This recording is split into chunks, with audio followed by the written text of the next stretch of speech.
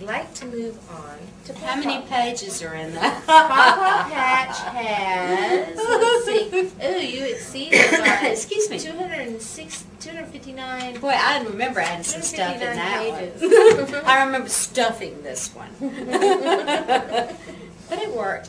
There again, and I said that kind of jokingly, this is another book working closely with my editor, and he was laughing at me. And I was having he always thought it was wonderful that I had so much fun, because I made him have fun.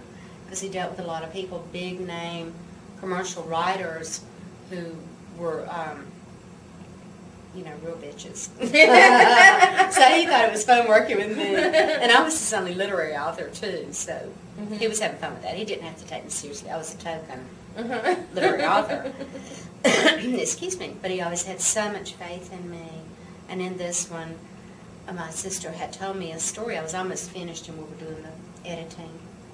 And my sister, who worked at a nursing home near Jacksonville, she told me the story about a woman named Molly, an old woman. She was working in this nursing home. The old woman would go in every afternoon up to the desk and say, I came to pick up my paycheck.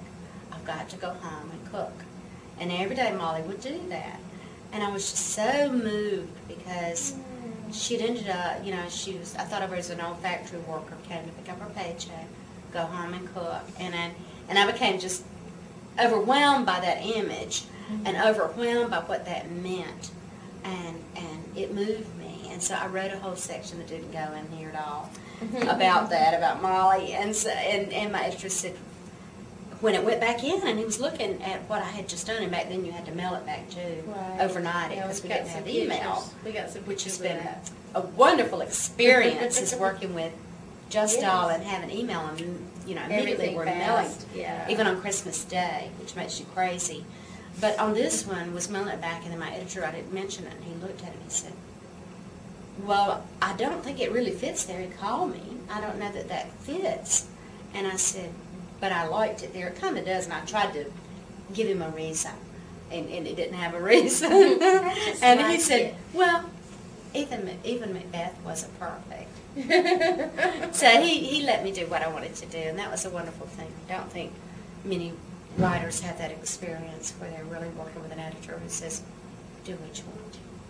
And this novel seems to have a lot of interest all through the years. People return to this. This has been my most popular novel, and unfortunately it's been out of print since, well, it came out, it stayed in print about 2 years. And then it went out of print, and it was just a computer glitch. It was some kind of computer glitch, and they never put it back in. Oh. But they're going to do a brief run on this pretty soon, and it'll come back out. We'll see. Anyway, it's been my most popular novel. I had a playwright wrote the script before Arena Stage, and then it finally got knocked out because of contractual problems. The best I can understand, but it still has, it's still got some movie potential. There's still some real interest in the movie. I'm not talking about till I thought it for sure. You're right. Right. But aside from that, all that doesn't even appeal to me anymore anyway.